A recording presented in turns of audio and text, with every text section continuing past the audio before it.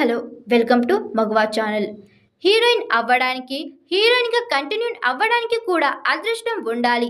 చాలా మంది ముద్దుగుమ్మలు 1-2 సినిమాలకే పరిమితం అవుతుంటారు. అలాగే మరికొంతమంది వరుసగా హిట్స్ వచ్చినప్పటికీ ఇండస్ట్రీని వదిలి వెళ్ళిపోతుంటారు.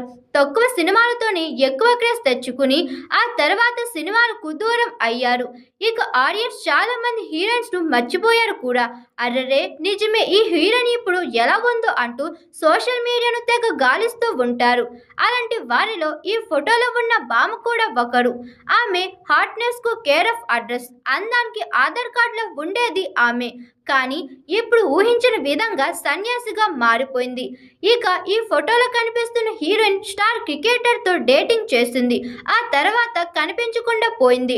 అప్పట్లో ఈ అమ్మడు ఓ ఊపిని షేక్ చేసిన ఆ బ్యూటీ ఓ స్టార్ క్రికెటర్ ఎఫైర్ పెట్టుకుని హాట్ టాపిక్ గా అయింది. ఆ తర్వాత సడన్ గా ఇండస్ట్రీని వదిలి సన్యాసిగా మారింది. ఇందుకు ఆ హాట్ బ్యూటీ ఎవరో తెలుసా? ఆమె పేరు సోఫియా హయత్. చాలా మంది విదేశీ భామలు సపోర్టింగ్ రోల్స్ లేదా ఐటమ్ గర్ల్స్ గా ఇండస్ట్రీలో పాపులర్ అయ్యారు. స్పెషల్ సాంగ్స్ లో తమ అందాలతో అదరగొట్టారు. వారిలో సోఫియా హయత్ ఒకరు.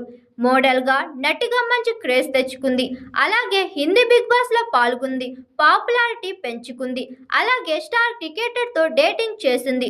ఆ స్టార్ క్రికెటర్ ఎవరో కాదు, స్టార్ బ్యాట్స్మెన్ రోహిత్ శర్మతో సోఫియా హయత్ డేటింగ్ చేసిందని అప్పట్లో పెద్ద ప్రచారం జరిగింది.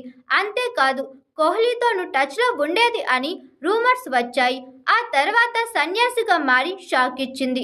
సోఫియా బ్రిటన్కు చెందిన ముస్లిం కుటుంబంలో జన్మించింది. ఆమె మూలాలు పాకిస్తాన్లో ఉన్నాయి.